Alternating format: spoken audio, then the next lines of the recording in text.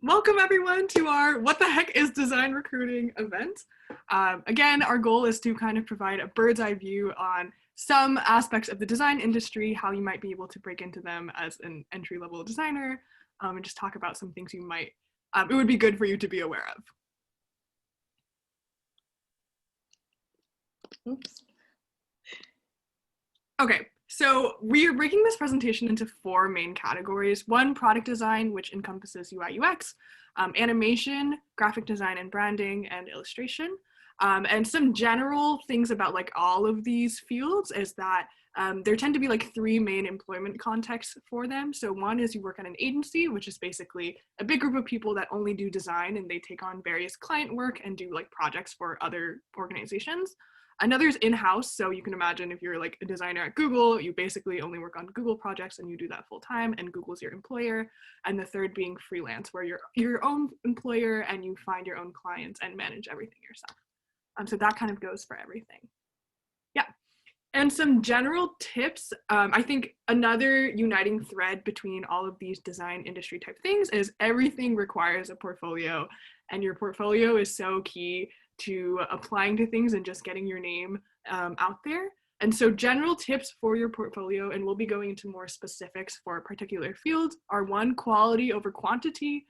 So the number differs per item, but in general, way better to have fewer high quality things than kind of a mess of everything you've ever done since you were 12. And relevant, so like apply with portfolios that are the kind of work that you want to do in your work. In terms of how to actually build your portfolio, there's a few main ways, and how you can choose is really based on like how much customization and work you want to do into building your portfolio. So kind of on one end of the scale, if you want to design everything yourself, build everything yourself, of course you have the option of building your own website, or you can just create your own designed PDF. Moderate customization, I would say the most common is this moderate tier, and it's using like website builders to create your portfolio. So like Squarespace, Webflow, these create websites. Notion is like a note-taking hybrid. You can do lots of cool things with Notion. Cargo and Adobe portfolio, again, just ways to kind of templatize, but also there's some room for customization for your portfolio. And then your kind of third option is no customization. Dribbble and Behance are almost like social media sites-ish, but not social, where you basically make a bunch of posts. And these are established websites where recruiters or like art directors might already be scoping out candidates. So that's a very popular option for sharing your work. And just for any students here who are looking, like generally like templates work really well, Webflow has a student discount. Cargo, if you go through Harvard, you can actually basically get the advanced version for free, which is like a pretty good deal. Notion, obviously, you can be on the student plan. This is really simple. An Adobe portfolio, everyone right now should have access to the Creative Cloud, so you should be able to make it on there as well for free. Cool, okay. Let's jump right into product design then. So product design, obviously, as you can see by our description, quite stable. Honestly, very good lifestyle, pay is pretty good as well, and you get to call yourself a problem solver, which everyone loves. So the basics. So on this article from Dribbble, they sort of described it as the holistic approach of building a new product. This is obviously very, very vague, but more specifically, this kind of follows through several steps. And generally, so what you'll do is like you'll have, for example, a product vision, you'll do some sort of like market research and analysis surrounding this product, and then you'll begin to like define the problem more specifically. And then once you have like a very defined problem, you begin basically ideating on potential solutions. You'll prototype these solutions, both low fidelity and high fidelity. You'll conduct usability testing, and then repeat until you launch. And obviously, like you'll launch once, twice, again, and you'll just do this for different aspects of a product. Why is this so okay? All right, so the basics. So I'll skip over most of these, especially the soft skills, because I feel like these are literally the soft skills that people ask for like any job, basically. Except I will mention, so copywriting is kind of a niche thing, and I don't mean like writing copy as in like marketing copy and like all different types of copy, but more specifically, like there is sort of like these standards of UX copy, if that makes sense. So like what you might commonly see on either a web app or like a mobile app. These are actually pretty good skills to have to just like begin to familiarize yourself around like what types of texts are often present. And then obviously knowledge of or interest in business and technology. They're probably going to ask you if you're interested in like some specific aspect of the product as you're recruiting. So like you'll probably want to read TechCrunch occasionally, do a little bit of outside research. And then technical skills, obviously you have to know how to prototype. Figma is honestly probably growing to be the most widely used prototyping software now.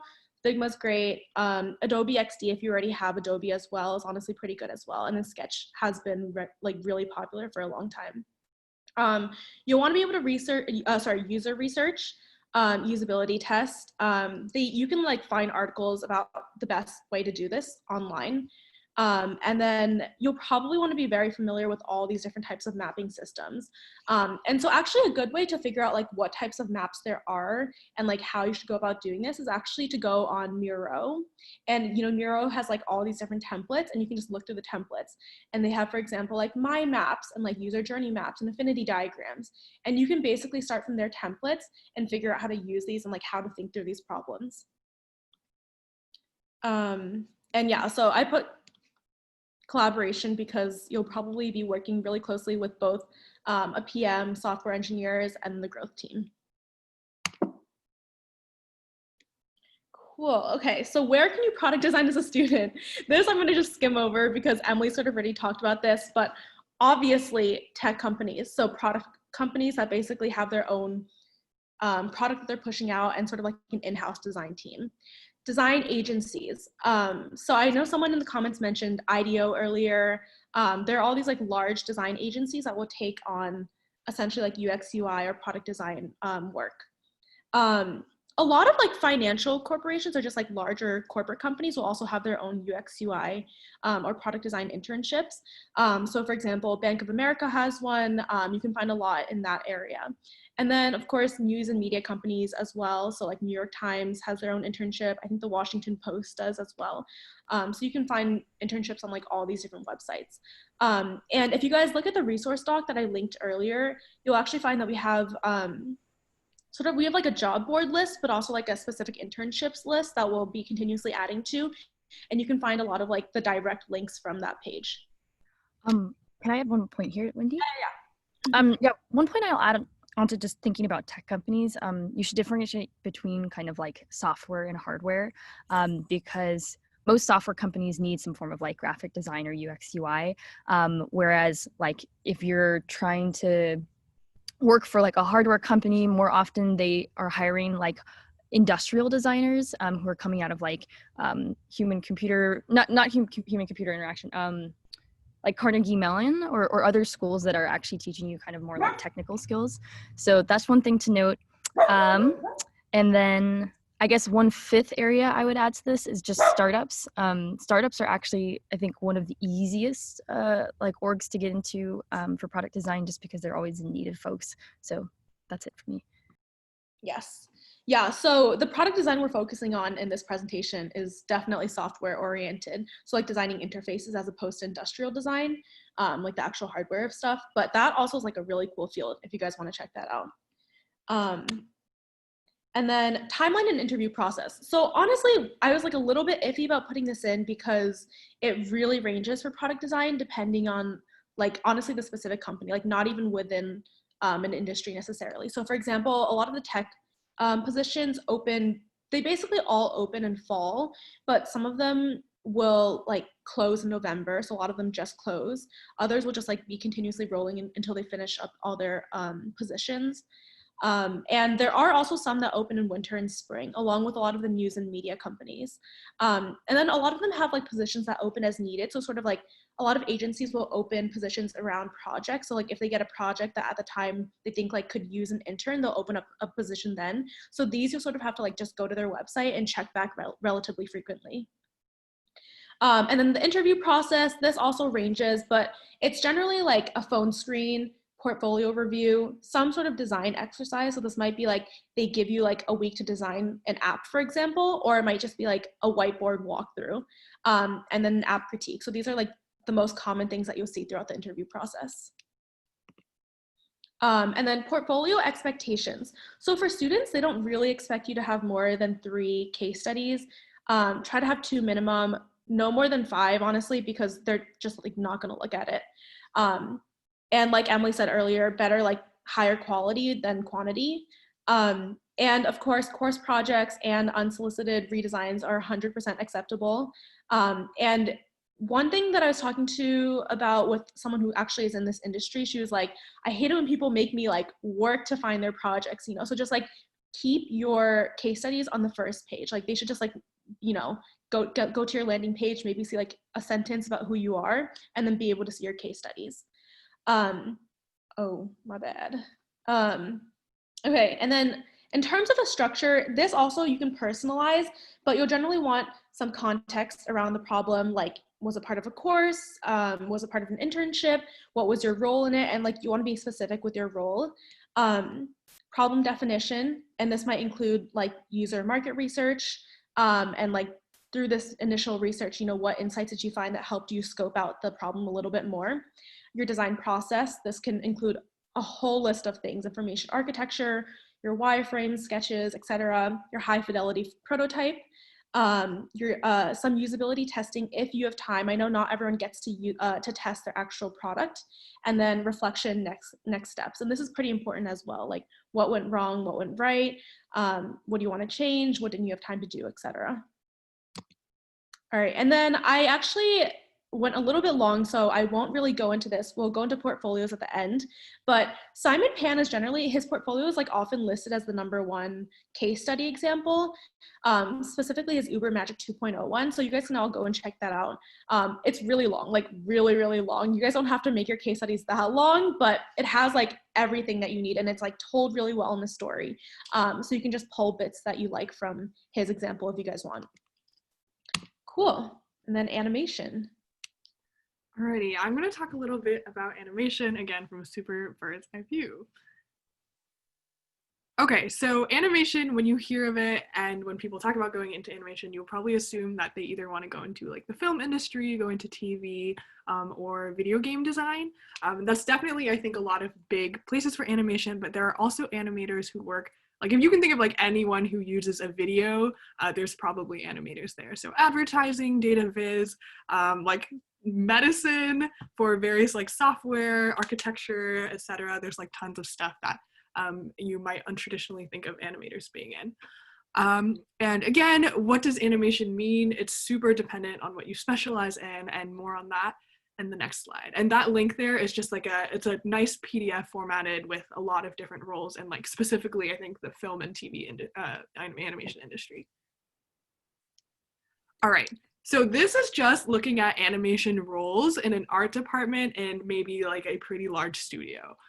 So not going to read all of them, but there's a ton, and they all require but like pretty different skill sets in terms of what you need to know.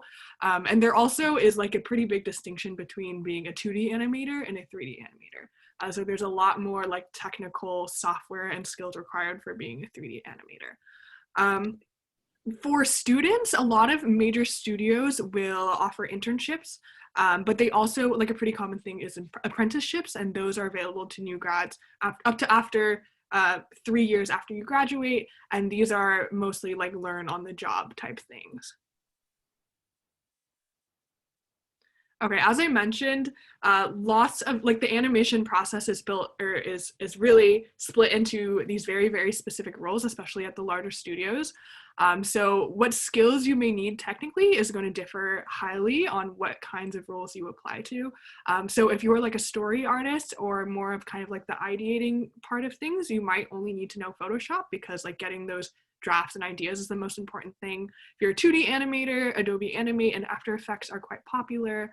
And if you're a 3D animator, I think the most popular one is Maya, Blender's another 3D, Cinema 4D, and Houdini. And so I think if you check studios' internship or job listings, they often list which software they require. Like I know Pixar has its own like in-house software that it uses. So it really depends on where you're applying and what the studio uses. All right, timeline wise, from what I could gather, a lot of large animation studios, so like Disney, Pixar, Blue Sky, DreamWorks, Nickelodeon, etc., a lot of their internship deadlines are January to March. That for summer internships. But I think applying to these takes quite a long time, so it's definitely not too late to start now, because you'll need a resume and cover letter, which will probably take less time, but most importantly, your portfolio, which for animation is called a demo reel. And it's basically like a video portfolio. But each position, as I mentioned, like a character animation versus being a texture artist versus being a lighting designer, are very different, and they all require different portfolios. And so that is something that the postings are probably up already, that if you're interested, I would definitely go look at the job listings, maybe take note of what all the requirements are. And yeah, again, not too late to start now, because it seems like specificity for these positions is really important to getting noticed. Also, Emily, I can share some quick tips on cover letters that I got from, because I follow a lot of like Twitter and like Twitter artists who work in the industry, and one of them shared like cover letter tips, and she's currently a character designer at Nickelodeon. So I could just quickly go over those, but like it said on the slide, keep it succinct, be specific. She also said, don't beg or be too excited. You're a professional that can help out on production, not a rabid fan. Record yourself reading your cover letter out loud and listen back. You'll pick up on awkward sounding sentences or phrases. Brag. Use words like quickly and efficiently. Do not be humble. And then she said, I've seen people write out their flaws thinking honesty is good. Don't do that. Don't ever include your GPA. Unless it's a 4.0, it's not impressive. And don't be afraid to be funny / unique / memorable while also being professional. Thank you so much, Uzo. Could you tell us who that's from, so people can go check her out? Yes, I will drop her portfolio in the chat. Great, thanks so much. Yeah, everyone, like if you have additional resources, literally just send them in or like put them on the resource doc. Cool. Graphic design. Graphic design is my passion. All right. So the basics. Graphic design really refers to anything that uses visuals to communicate a message. And so this is like a huge, huge umbrella. And in fact, like a lot of people will include UI design, like interface design and like web design under this as well. But we sort of move that out into product design. So we're just not going to talk about it here. But like most generally, the types of graphic design jobs you can find include visual identity or branding. So that would like mean like making a logo and like choosing the font and colors for any sort of like company. Creating marketing graphics, pretty self-explanatory, like ads and stuff. Publications, so you might be like designing and like laying out stuff for a magazine or a newspaper, or even like a book, for example. Packaging, also self-explanatory. And then environmental design, which is not around sustainability, sorry guys. It actually refers to like designing your environment. So signage, spaces, like maybe you're like designing stuff for walls to make a space feel a little bit different, stuff like that. Cool, so technical skills. So I won't really go over soft skills because you know, basically the same soft skills apply. But the main things you'll need are from Adobe, which is InDesign, Illustrator, Photoshop. Like those three, you should be quite well versed in. Other things that are relatively important, typography. So like graphic designers are like often font enthusiasts. So you should really know, you know, your sans serifs, your serifs, kerning, all that stuff. You should have a pretty strong grasp of design principles. This is pretty standard. This is honestly like the same stuff that you learned back in like studio art in high school. So yeah, like have a good sense of proportion and stuff like that. You should have knowledge of like basically the resolutions and dimensions you're often going to be designing at, as well as of course like the different types of color spaces like print versus web, and printing practices. So having like certain margins, for example, like these are all really good to know. And you will occasionally be sort of like tested on these during interviews. And then nice to have, a lot of graphic designers now also work in 3D. And Emily included a bunch of these on her animation slides, but this might be, for example, like Cinema 4D or Blender, things like that. So that is definitely a nice to have. Cool. All right, so where can you graphic design? graphic design is a really nice category because, I mean, obviously you can design through an agency. So there are a lot of branding agencies, for example, and more general design agencies as well. And of course you can, design for news, media, entertainment companies. But you can also freelance or basically find graphic design roles anywhere. So freelancing, first of all, is really big because it's actually easier than you might think it is to sort of like put yourself out there and look for example, logo designs, or like simple visual identities. Like people are always looking for new logo designs. And honestly, literally everyone needs a graphic designer. Like as long as they can pay for a graphic designer, like they'll probably have a graphic design role. And this includes like, for example, like large like government agencies, like things like the UN and stuff like that. So yeah, like go on like any larger company's website and just look for like design intern. You'll probably find a graphic design position. And then common projects. So people who are in graphic design will tend to have like the same subsets of projects. So generally like one personally designed font pack. You might have one example of like editorial design. So maybe you just like lay out your own magazine, like your school's magazine or something like that. A packaging mock-up. So this might be like you create a brand and package and you like actually make it look like a physical mock-up. Logo design, exactly what it sounds like, you're designing a logo. And then a lot of them are also pretty illustration heavy. And so here are just a few examples. So you can see here, there's, oops, that's not what I meant to do. Here's packaging. This is someone's editorial design. This is like their contents page, looks pretty good. Iconography, and then this is someone's font that they created. Cool. All right, illustration. All right, illustration. Okay. So first off, the basics, what exactly is illustration? I think it mostly refers to graphics that go along with some concept or text. So some places that you might see illustration are book covers, in magazines, news outlets, articles, that type of thing. And there's more on the next slide, but I just want to make a differentiation between illustration and maybe like studio fine arts, which are usually like standalone projects that you might find in like public spaces or like galleries, that kind of thing. Okay, so what are illustration jobs? Most illustrators that I found, at least, are working freelance, and there's like a ton of resources on how to become a full-time freelance illustrator. That being said, there are some in-house and agency positions. I think primarily, just think of places that might have a consistent need for illustrations. For example, you can probably work as an in-house illustrator at like the Times. I'm pretty sure NPR has like a full-time illustration internship. Maybe like an apparel company might have an illustrator, comic book illustrators, you might need like the same group, advertising, etc. But these are just some places that have a consistent need for illustration.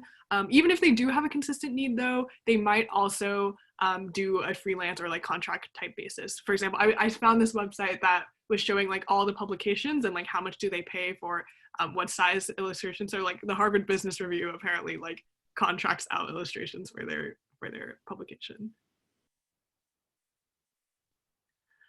Okay, this is kind of like slightly different than the other ones because there's not really a timeline since everything is mostly freelance. But first of all, definitely build a solid portfolio. I think that's just a common thread. That's how you showcase yourself as an artist and a designer. There are some social media that a lot of people are active on that you can use for networking. Connect with art directors, creative directors. Those are the people who will hire you. And also because it's freelance and as it goes with freelance work, like you really have to know your worth to kind of get the value, like monetarily get the value back that you deserve. So a lot of people will be like, oh my God, can you draw me for free? Or like ask you to change a lot of things and whatever. So there's a lot of resources online on how to manage that whole situation because a lot of people are going through it. Yeah, so don't undervalue yourself and try not to take unpaid work if you can. Another note is just like freelancing again is you're going off and doing your own thing, so you're making your own rules. There's no like strict timeline or whatever. It's a thing that I think people build for themselves over time.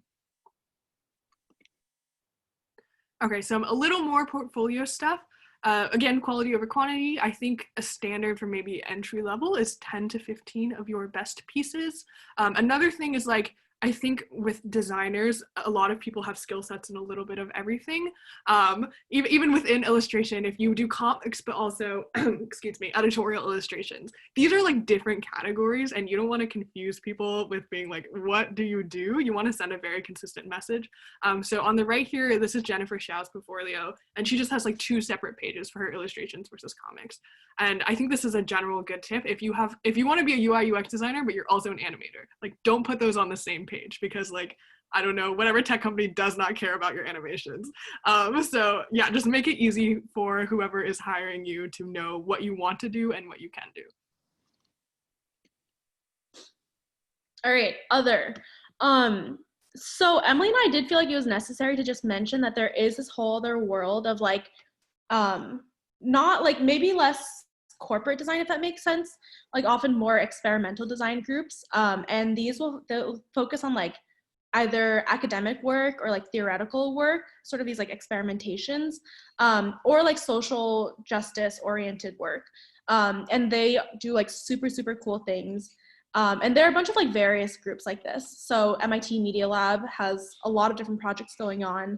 They're really cool. If you guys came to our social justice design panel, you know, you guys would have heard from Akene. And then Harvard Meta Lab is also a cool one to check out. It's run by a GSD professor, Jeffrey Schnapp. He's also very cool. Partners is like actually a pretty cool one that I like a lot in New York City. And then IDEO doesn't really fit, but they do some really cool things. And like IDEO, if you guys don't know, has like a lot of different branches, and they have some sort of like more socially oriented or like experimental branches that are really cool. And there are honestly a lot more than this, and we'll probably add them all into the resource document. Cool. Resource document, which I also sent earlier in the chat, along with the slides, so you guys can check it out on your own time. And then Q&A, let's chat. Does anyone want to ask any questions? I didn't know how to transition smoothly to that. I was like, whatever. I'm gonna stop recording.